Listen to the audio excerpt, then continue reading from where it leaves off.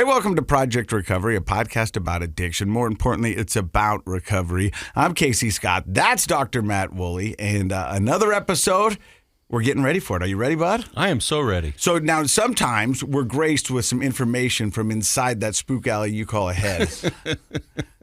Mostly it's rooted in facts and science and all that stuff that you base your degree on. Oh. So what did you bring for us today? Well, it's just kind of an interesting study came out recently that talked about the relationship between alcohol and depression.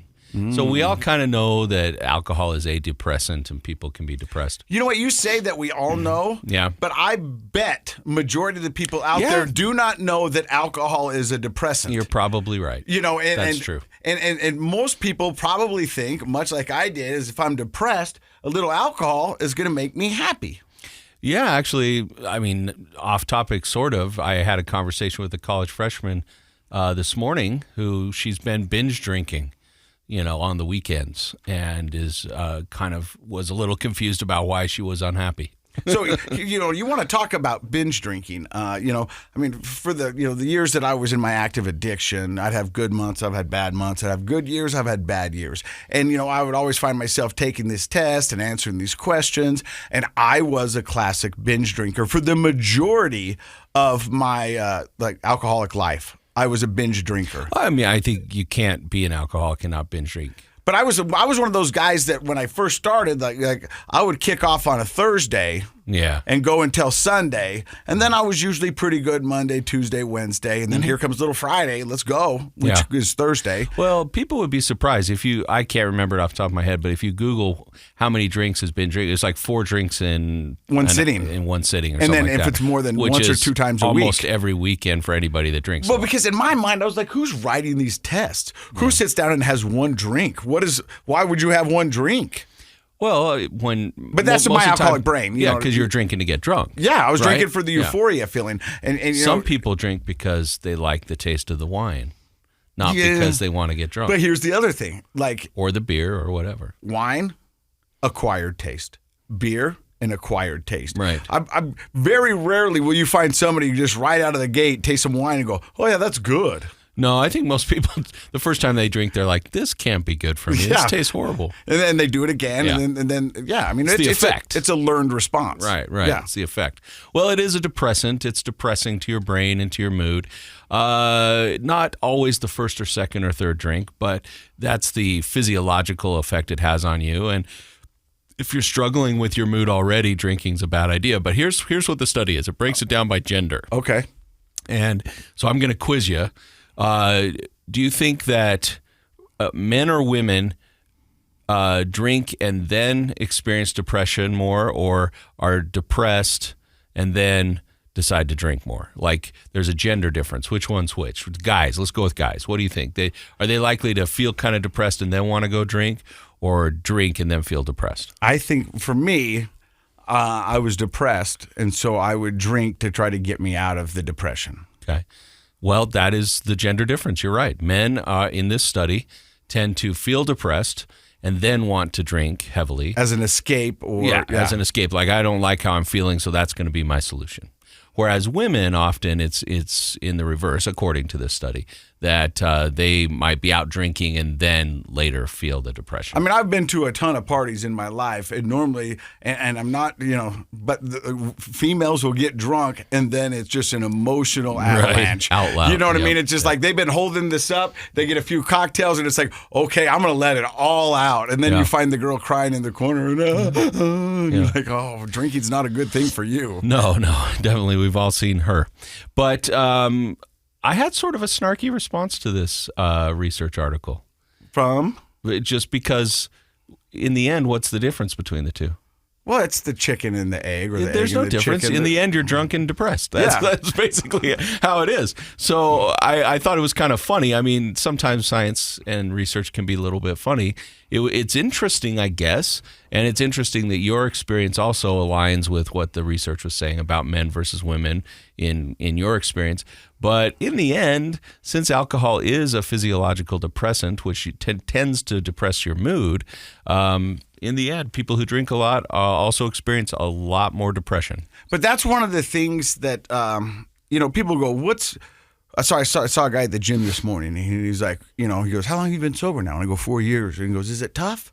And I go, what? And he goes, the not drinking part. And I go, that part really isn't that hard. That one's pretty easy.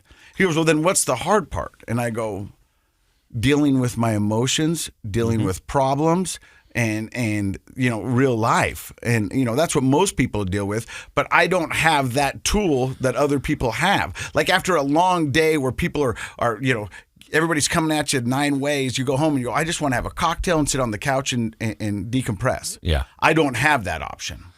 No, but I mean, now you're talking about just addictive behaviors in general, because it's not like everyone else has it figured out on how to deal with their problems and you didn't.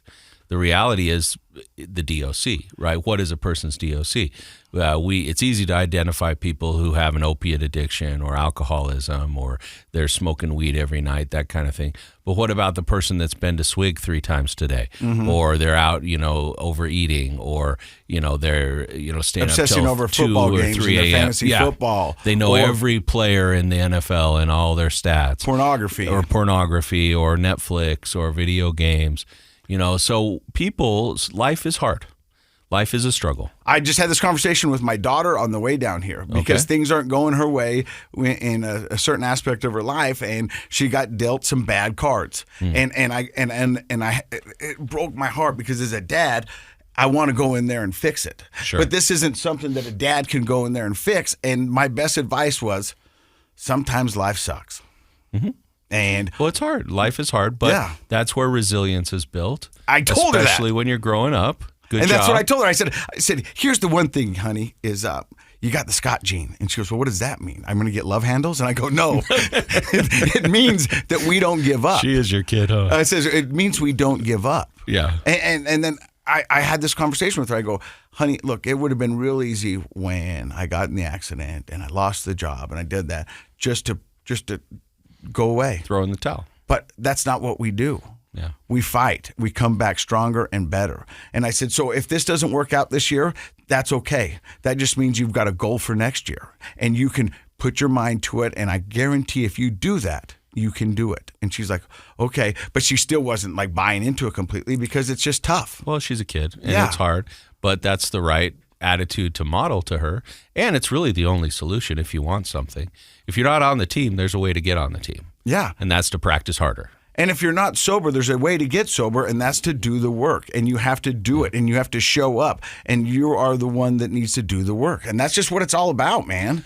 Well, I like what you said because it's hard to, you have to deal with your emotions now, whereas alcohol was your escape in the past, right? 100%. That's why research shows that people who, in addition to sobriety, just not drinking, they find other ways to have therapy and learn skills. So people are different, and the type of therapy you choose is different, and hopefully is a good fit for you. But whatever you choose to do, you need to find something where you're getting help, support, and I like to just think of it as training. So a lot of people, it's more on the physical, and they need to work out and do the meditation and all that kind of stuff. For other people, it might be very much about deep-rooted emotional, psychological things. Lots of people who struggle with addiction have had trauma that's never really been dealt with when they were growing up, processed. Yeah. So you do need to learn skills to replace the addiction, the DOC. And I think that right there is the difference between being sober and being in recovery. Right. I agree. And being in recovery means you're constantly working You're growing. for a better version of you. Yeah. The person I was 4 years ago is not the person sitting here before you today. And the person that's going to be here next week is not going to be the same person that was here today. I mean, you're always evolving. You're always changing. Yeah, I agree. That's the goal. That's right? the goal. And once again, it goes back to, we've had people on the podcast, life's not about the destination. It's about the journey. And we're all just on this journey, and we're all doing the best we can. We need a little more empathy. We need a little more love. We need a little more understanding. And if we can do that, I think we'll be better people for it in the end.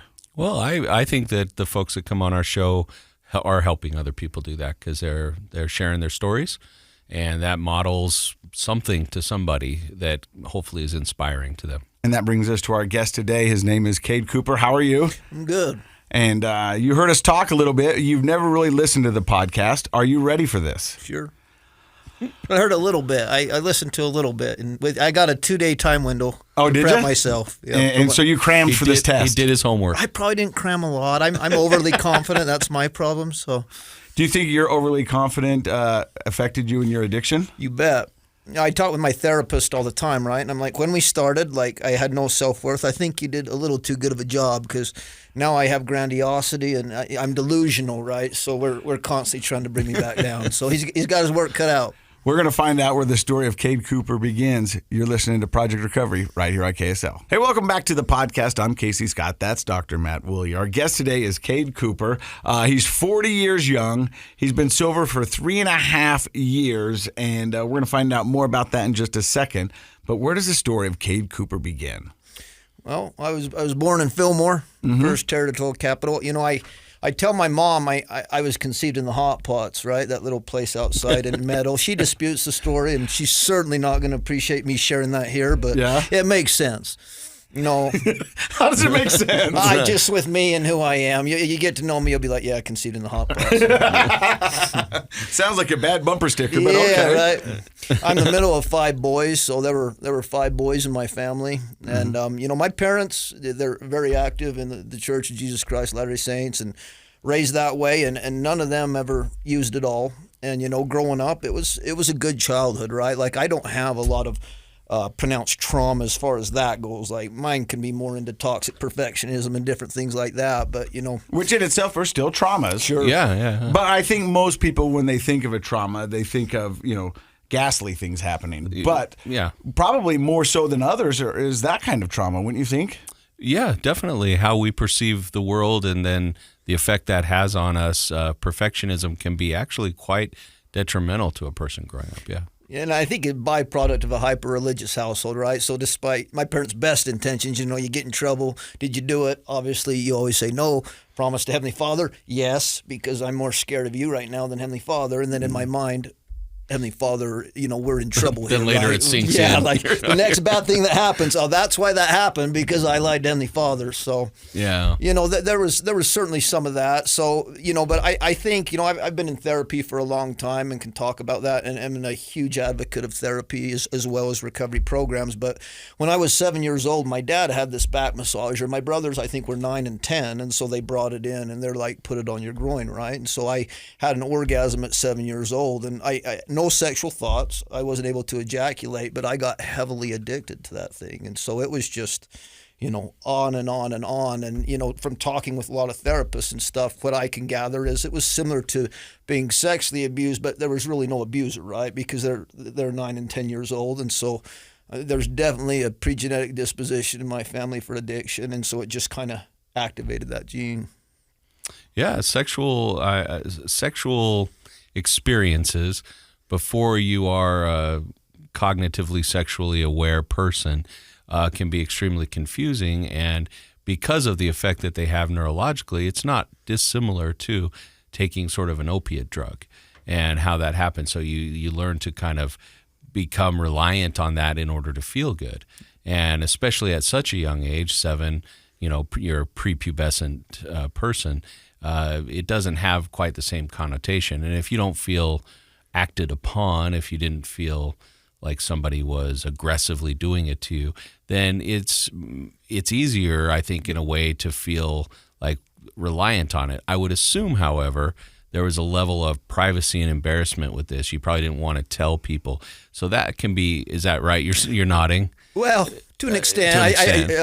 You know, I think it got passed around within the high school as well. So, but I didn't want to get caught, and I did get caught. My parents did catch me. So there was this understanding that it probably wasn't right what I was doing. There you go. And so that creates this internal sort of conflict for a person. Like, well, this feels good to me. You know, it's a nice way to unwind. That's probably not how you thought of it as a kid. It's something I like to do. Yet I kind of know it's not right. I probably shouldn't tell everybody. I don't want my mom and dad to know.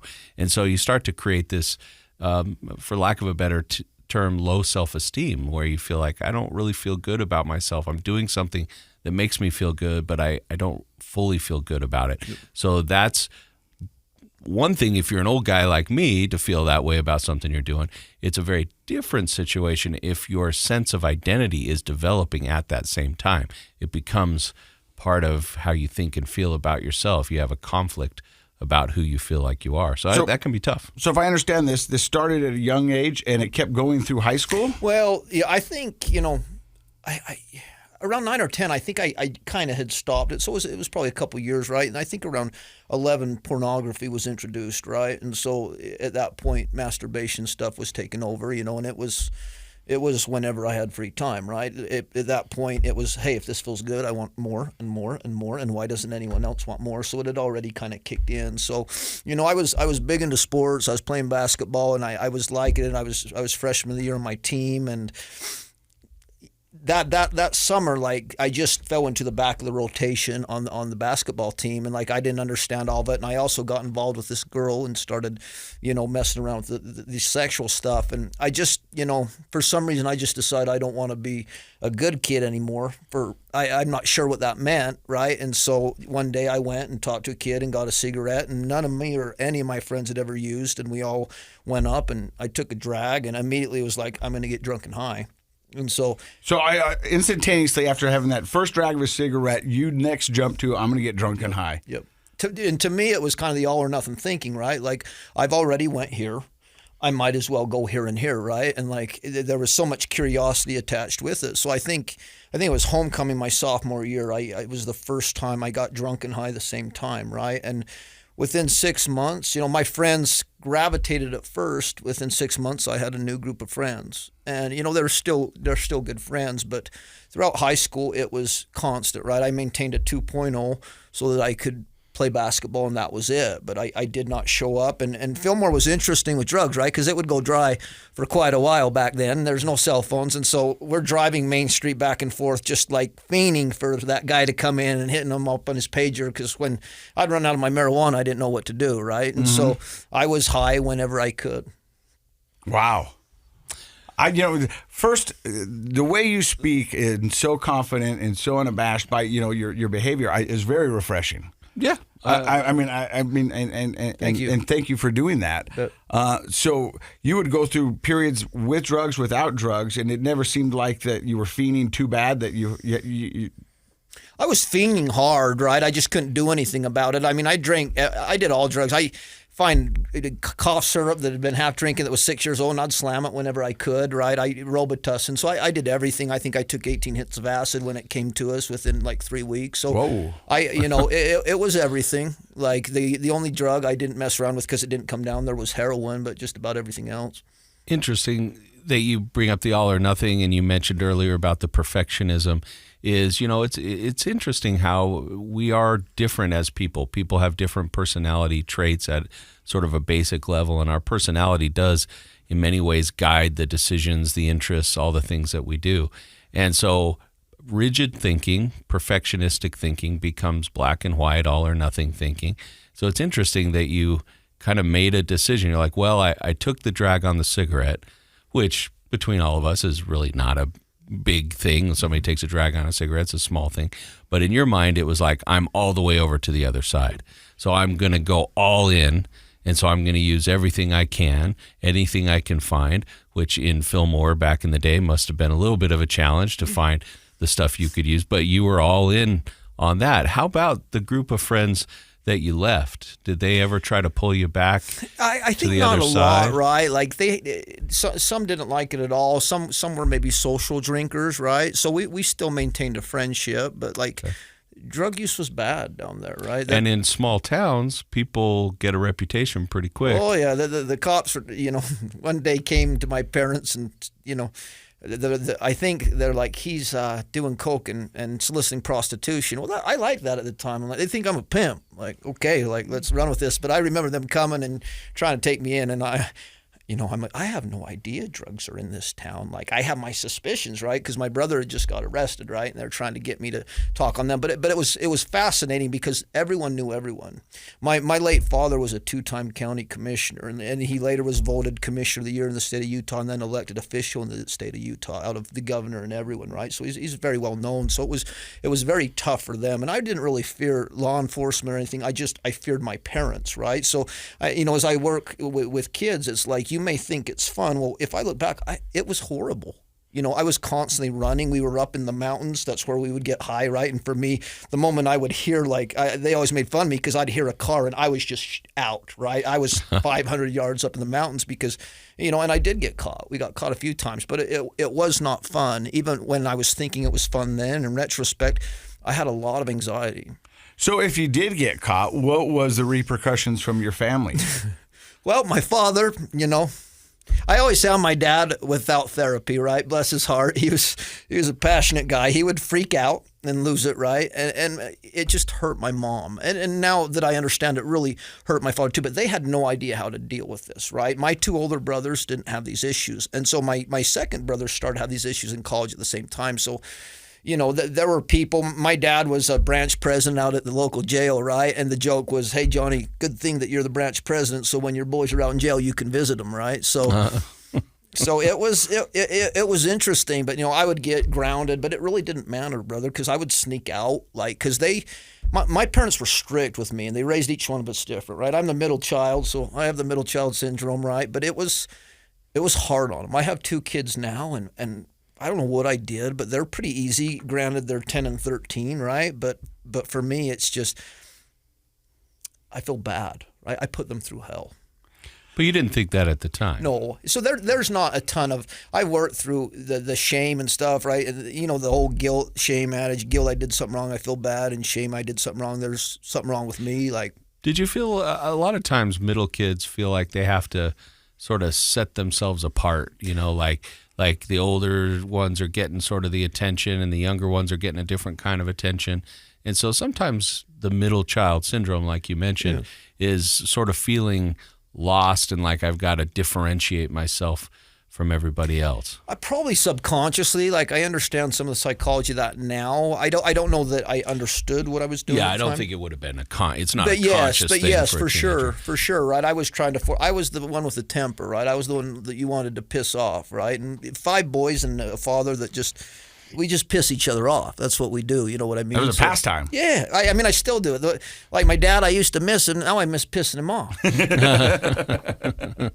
So you're in high school, you're running and gunning, you're taking everything possible. You'll go through dry spells.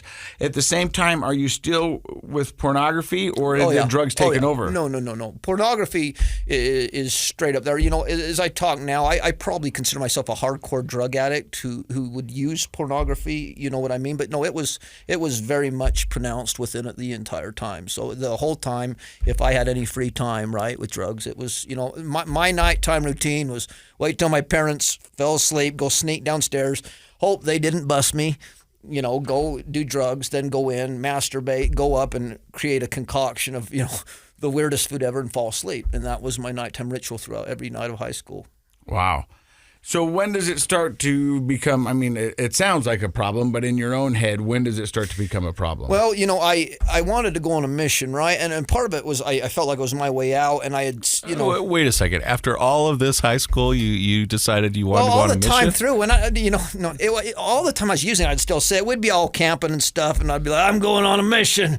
And people would make fun of me. And my friends, they still wanted, they'd be like, you shut your mouth. He's going on a mission. You know what I mean? So let me ask you this. Was the mission your escape clause? It was my escape. You know what I mean? So it was like, hey, look, I'm going to do all this stuff, but then I'm going to go on a mission and I'm going to leave this all behind me. It was my escape, and in a way, I guess it would have been amends to my parents. Those were the 2 things, because there were certain things I'd experienced with my faith that I'd seen that I couldn't account for. I wouldn't say what I had a testimony, right? But I think that was it, right? It was a safe way out. It was your savior. Yep. The mission was going to be your savior. Did your older brothers go on My missions? oldest did. My second did not. Okay. And so you're getting ready to go on a mission, and did you actually go? I did. Yeah, I served in Hawaii. So I served 2 years, and because I'd had so many issues before I served, I worked hard, and for me, God is a huge part of my story, and there were just seeds planted there that I never could answer for. I saw His hand in my life in different ways, forms, and so I was good, and the mission was fantastic for me out there. So were you kind of all or nothing about the mission too, like sure. all in? I mean, I think it's good they call 19-year-olds because there's this overactive guilt complex that I still had out there, right? Like I was incredibly obedient, but like I was terrified of God. If I mess up here, I'm going to mess up everyone's chance and my chance too. So there was some of that was still parlaying into that very heavily. Yeah. Very interesting. Yeah. Well, it's interesting how our personalities really drive our experiences in life, and I would have been surprised if you'd said you were sort of ambiguous about what you were doing. Like I would have assumed, yep, when you're there, you're all in. Yep. All in on drugs, all in on God, all in. Well, you're listening to Project Recovery, and this is a story of Cade Cooper. We're going to find out more in just a few seconds. Welcome back to the podcast. I'm Casey Scott. That's Dr. Matt Woolley. Our guest today is Cade Cooper. He's on a 2-year mission in Hawaii, and your all or nothing mentality is really kicking in. And you said you were a good missionary. Yep, I was. So I stayed clean for a while, so I'll speed up here a little bit. So I got into selling pest control, selling door-to-door, right? I met a gal. I got married. Eventually, I started my own business out in Houston, Texas. Okay, wait. Before we get to that, when you got back from your mission, did you go back to your old ways? Not really. It was like every 5 or 6 months, though, I would have small relapses, whether it was faking a back injury to, get some pain medication, or if I ever got prescribed Loratab. So I was still in addiction. I wasn't looking at pornography. About, I think, 2 years in, I started back up with pornography, and then as soon as I got married, I had stopped that. But there was some unmanageability, but not nearly to where it was before. But you start a pest control company, and you find yourself living in Texas. Yeah, and the guys that were selling for me in this door-to-door mall, right, they were all my friends. So at that time, I was extremely codependent, right? So, my poor ex, like, I went from the guy that was totally in love, and I still was, but like when you have 20-year-olds and you're codependent, like your day's only as good as the worst day of selling, and I swear none of them had a good day at the same time, right? So I was working morning till night. Well, one night I got a call that my dad was really sick, and today is 10 years that he passed. Oh, I'm so sorry. I appreciate it, and I've processed it now, so it doesn't necessarily bring so much. In fact, he bothers me a lot now, and sometimes it's like, stay out of my business, like I've got this, so I know he's there, but it was catastrophic, man. This was my hero. He was everything to me, and it shattered me. I remember getting that call, right, and like. So he was sick for 3 years, and he was in and out of hospitals, and he had kidney failure. They didn't catch it till then, right? So during this time, we're building this business up. We started to do millions of dollars in revenue. So I'm like, I'm going to move home and see my dad. Well, in the meantime, I had gotten prescribed Xanax different times. I went through full benzo withdrawal for 3 days and about died over that. But I had kind of just been using different sleep medications and not going full in. So we moved back, and I'm like, okay, I want my kids, and we think he's gonna get a kidney, and I get a call from my little brother, and it said, Dad has a year to live at the most. And so me and all 5 of my brothers, we went home, and he passed away within a month, and thank God I was clean at that time, right? And I felt everything there, and my dad left me with no. I knew he went on, right? There were just certain experiences that were so pronounced. But, when you lose someone, I think, through the stages of grief and just you're okay at first and you're so busy with the funeral and stuff that I was okay, right? But after he went, I went into a deep, deep depression. And, at that point, I meet with the doctor and they're like, let's try, SSRIs. So I tried antidepressants and it did not help me at all. So one day I met with this doctor, and he's like, you just scream ADD. And he's like, let's try Adderall. And I'm like, I have addicted tendencies. So anyway, I got on this drug, and the first time I took it, I'm at a family reunion, and I don't know half the people, and I felt like God. Like I felt, is this how everyone feels? And I was talking and sharing everything and this and that. So I didn't know much about this drug. We moved back out to Texas. All I figure out is, hey, if you don't eat a lot, it tends to work better. So I went from 190 to 145 pounds, right? Wow. And I'm thinking I'm looking good. And everyone at first is like, you're looking good because I'm working out. Because he's like, run 40 minutes in the morning to help stimulate your natural dopamine production. Well, one night, I think I'm dying because I start to get these little clicks in my hands and feet. It reminds me of my dad when he's dying. And so I go into a full-blown panic attack. And so they take me into the hospital, and I'm like, I'm going to die. And, they're waiting for the social worker to get there, see if I'm suicidal. And they're asking me symptoms, and my brain is creating the symptoms as they're coming. Can you walk? I couldn't walk. Finally, they put me under, right? So the next day I wake up, and something's shifting in my brain. Something's different. I had not even looked at pornography in my whole marriage that night, and I don't feel any stress anymore. So I go by a strip club. I don't go in, but I want to. I come home the next day, things are just off. And a short story, I got put into a manic episode, and so and I'm not bipolar, but drugs do that. The best way I can describe mania is you lose the ability to choose things. So I won't go into everything that happened, but I made certain decisions because anything that looked pleasurable, I did. It cost me my business. I lost $1 million business. It put my marriage on the rocks, and I was so upset because the God I was taught to believe in, you couldn't think these things couldn't happen. You couldn't be tested above that. So I went into a 3-year spiral of just devastating use at different times, right? And it caused this poor friction with my wife. So I went to a rehab here out at the Haven, lost the business. Eventually I end up in Baton Rouge, Louisiana. I relapse again, have another big one. This is a third rehab there, and this is when I really started to learn recovery. But I had a dream one night, and I had a little girl that was 7 years old at the time, and I'm on a big skyscraper, and I'm by myself, and I'm getting ready to go get with my dealer, right? And I see her with my family, and I watch, and she walks off to the edge, and I see her fall off. And so I rush down to the bottom to try and save her life, and she's gone. And she's not all disfigured. She just has a little smile on her face. And I woke up just in tears. And it was like, God, don't you take my daughter, right? And I remember sobbing, and the strong impression came, I'm not going to take her, but if you don't wake up, if you don't learn to be a man, your daughter is going to suffer. And so that is when I really started to change. I started my recovery program. I started these different things, right? And so I started to grow. And for me, as you work in recovery, and I've been in therapy for 5 years, and my therapist in Louisiana is one of the best I've ever met, and I've talked to a lot. My relapses would get shorter in duration because they're more painful, because I couldn't blame anyone for them, and I was growing with God. So eventually, the last time I used, I was at this Huntington Beach LDS singles thing out in California. Most single LDS people know who I am. In fact, most single people out here in Utah, because of the way I am, and I don't shut up and whatever. So. Oh, you don't? No. Yeah. They're like, you want to come on? I'm like, yes, not nervous at all. So I take one marijuana gummy. I end up taking 19. And I'm out of my mind because it wouldn't numb me. It would not numb me. And I remember driving around, and all I can see is God showing me how much he loved me. And it was frustrating me. And I'm like, I get you love me. At this time, please just let me not feel. And the impression I got was, this is not why my son died. This is not your path. I will no longer allow you to enjoy this. So I called my sponsor, and I'm like, I used, and he's like, I know, why didn't you call me? I'm like, why do you think I called you to tell me not to use? And he's like, Cade, maybe you need to get drunk and hit and kill a family and then go to prison. And then maybe when you do that, I'll come and visit you. And at that point, maybe you'll grow up and you can get help, and I'll still help you. And then he hung up the phone. And Jeez. It Wow. was one of the nicest things anyone ever said to me.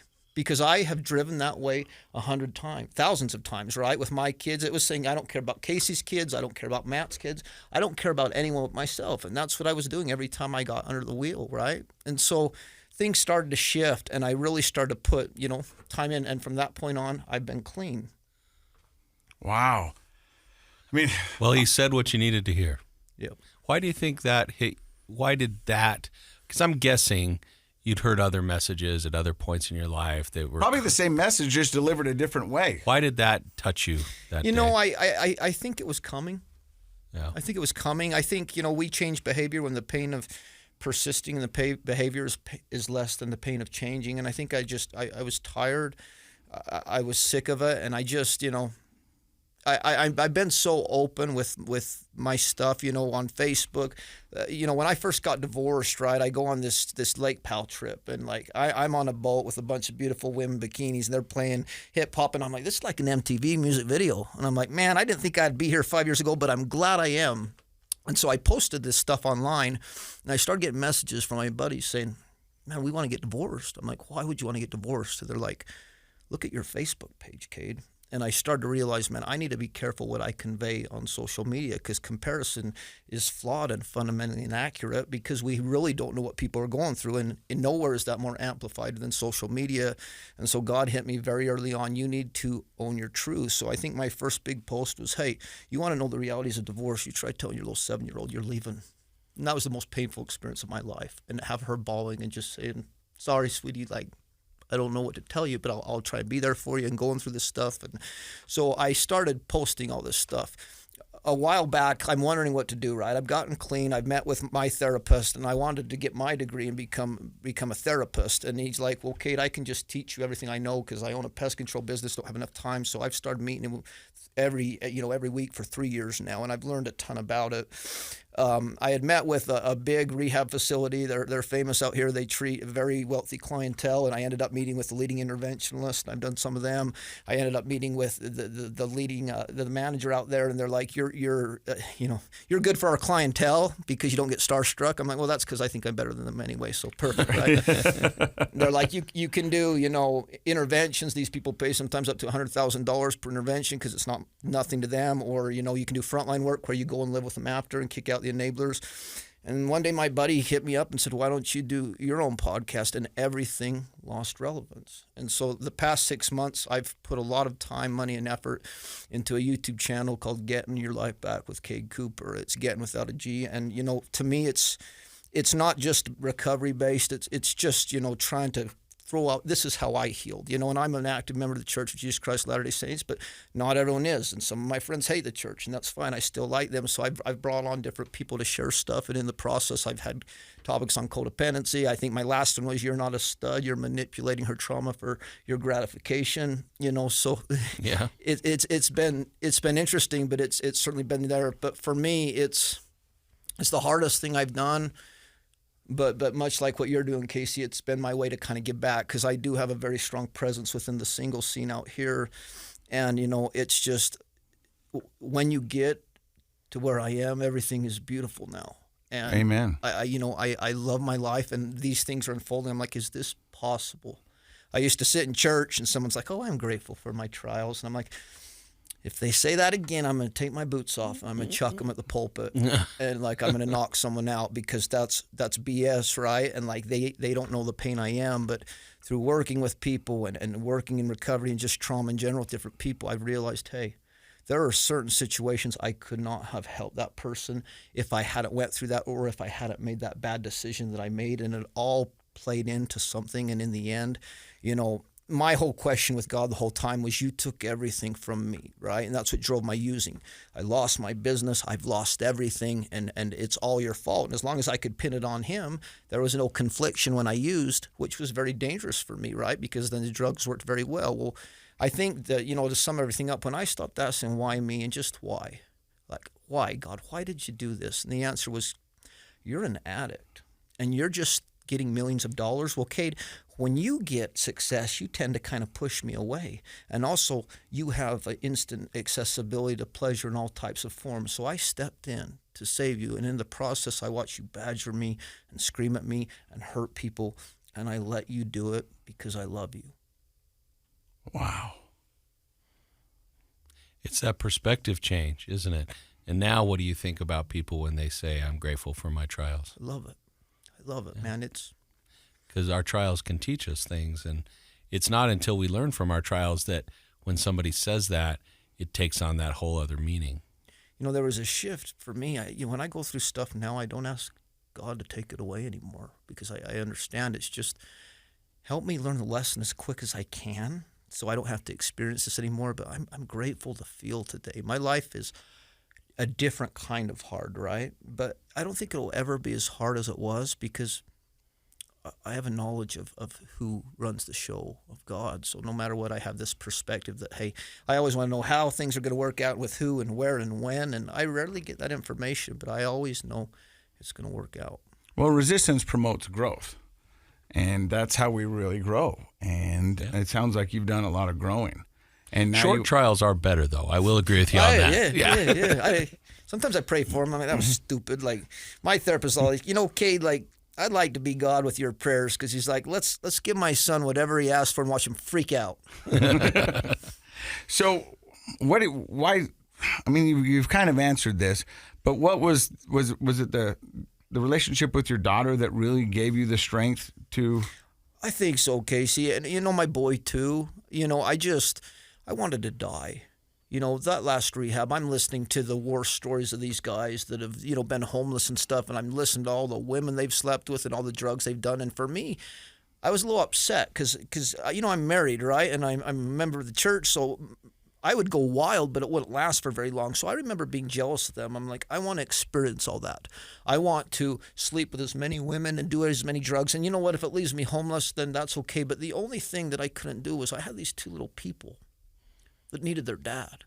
And, I'm a single man, and brother, I want to get married at the right time. It's very important to me.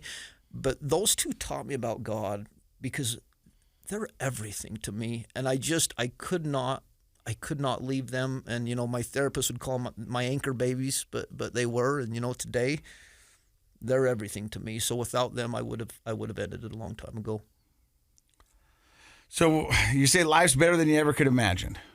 You still have trials? Oh, you bet, brother. Starting this thing has been tough. I can't tell you, brother, how many times, obviously I believe in God. I certainly believe in Satan as well. And when, I have helped people for a long time, right? As I post my reality online, there's so much trauma at my age. Well, if you're single and you're dating at 45, 50 years old, well, we now have 30 more years to accumulate trauma. And for me, it's rare to find someone that goes through the process to change, right? Because any change initially is very painful. And so I think people start to feel that pain, and then they go back into the definition of insanity, and let's just do the normal stuff and just, expect different results. Well, for me, it's I don't care. I'll go through anything I need to as quickly as I can. So, I mean, that's certainly tough. I work in addiction actively with people. I lose people a lot. Within my recovery programs, I've done interventions. So yeah, it is. There's certainly trials there, but it's not nearly what it was. I don't feel unmanageable, right? I don't feel like, hey, things are going to spiral out of control. And for me, people ask me, is it hard not to use? I'm like, no, but I'm very consistent. My motto is consistency despite circumstance. There's just certain things I do every day. We'll call my dailies, right, that I just do no matter what. And for a guy like me, it's harder to do it when things are going good, because at that point, thanks God, thanks for everything. By the way, I got it. I'm going to do the opposite of what you did to get here. But I think for me, it certainly has made things easier. What do you think, Dr. Matt? I want to know one of your go-to dailies, like just for the listener. I don't expect you to go over it all, but what's one thing that you think anchors you every day? I read the Book of Mormon every day. Okay. So reading that scripture helps inspire you each day? It just, for me, it's a centering, right? Like the God is everything to me. So if I can wake up and,